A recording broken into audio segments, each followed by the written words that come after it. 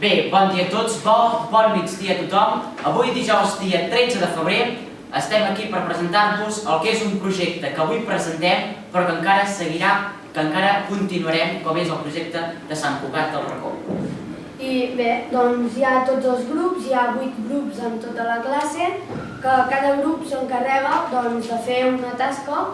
Per exemple, un grup fa un conte sobre Sant Cugat del Racó, un altre grup fa un codi QR amb un bloc i un altre, per exemple, fa un joc de taula. I cada grup presentarà el seu treball i l'objectiu, diguem-ho doncs, és potenciar i tornar a conèixer el que és aquesta preciosa església, aquest preciós monument que té el municipi de Navàs. I bé, aquí tenim una maqueta de l'església que es caracteritza més aquesta església que té una planta de creu grega que té tots els braços iguals i el cimbori és totalment rodó. I bé, ara els altres grups acabaran d'explicar tot amb més detalls i bé. Esperem que us agradi. Seguidament, aquest grup s'anomena Trobadors i ens presentarà una sortida lúdica fins a Sant Cugat del Racó amb joc. Els membres del grup són l'Ariana González, l'Omai Magrili, el Jordi Carr i el Jordi Busquets. Doncs bé, com ha dit la Meritxell, som el grup de l'Omaima, l'Ariana, el Jordi i jo, que soc el Jordi, i us farem una sortida lúdica. En aquesta sortida lúdica inclourem jocs per entremig i arribarà a Sant Cugat. El recorregut i l'organització de la caminada. El recorregut, com podem veure aquí, seguirà la marxa romànica de resistència de Navàs. És una marxa que passa per 21 ermites romàniques d'uns 80 quilòmetres i està feta per en Ramon Serra, un dels pobles de Navàs. La sortida serà a les 9 del matí de la plaça de l'Ajuntament, però els alumnes hi han de ser 8:45 per tal d'explicar-los les normes, el funcionament de la caminada i com anirà la caminada en si.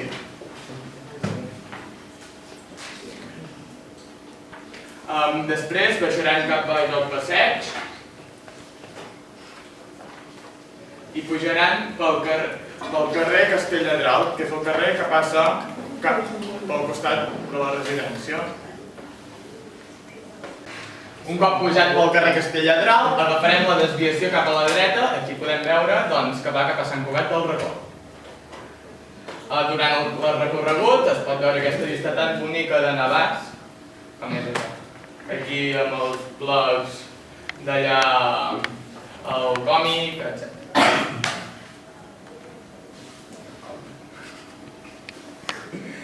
Continuarem la caminada pel recorregut. Aquí també podem veure aquestes vistes de Montserrat, aquí a l'horitzó. I en un moment donat travessem la carretera del Mujal. És un altre recorregut per anar cap a Sant Cugat, però amb cotxe. Ens anirà seguint el recorregut i arribem a les esglésies. Aquí, com ho explicarà la Maima, farem un joc.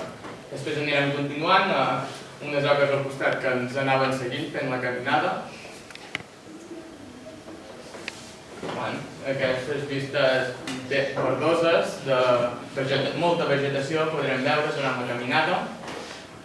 I finalment arribarem a Sant Cugat, on la Maima us explicarà que farem més jocs.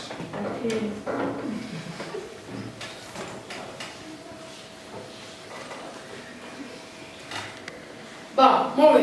Una de les curiositats que hi ha a la caminada és que entremig, abans d'arribar a Sant Cugat, hi ha una antiga trampa de llops que antigament es feia servir, es posava un tauló al mig amb suport i es posava una ovella morta. Després posaven el pes indicat de l'ovella perquè no caigués. anaven els llops sentien l'olor i sentien l'ovella i se l'anaven cap a menjar i queia avall. Aquí hi havia uns taulons que tapaven les sortides i l'endemà al matí arribaven els caçadors i mataven el lleó.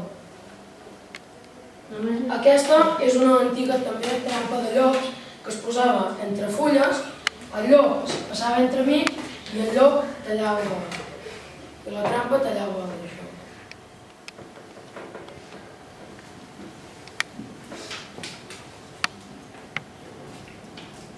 El mataconills. Aquest joc el farem al desmuntar de les esglésies. El joc es trata que una persona té la pelota i la persona que té la pelota té que matar l'altra gent. Quan tira la pelota i va on està la persona, si l'agafa, la persona que l'ha tirat es mor. Després, si la pelota el toca i cau, la persona que es mor. La bandera. Aquests 3 últims 6 jocs els farem a Sant Cugat del Racó. Primer de tot es fa 2 equips, el mateix nombre. Cada equip es posa a un costat diferent del terreny de joc. Hi haurà un equip que intentarà agafar la bandera i un altre que la defensarà.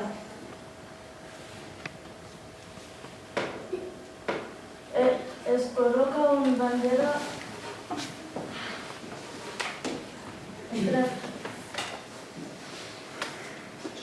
mentre el defensor i al costat de la bandera un jugador de l'equip atacat. El joc consisteix en que el de l'equip ataca en d'arribar a la bandera i comportant-se en el seu terreny, però els diferents han d'anar a tocar els jugadors de l'equip contrari.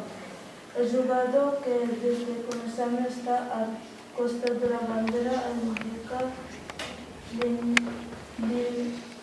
eliminar els defensors tocant-lo.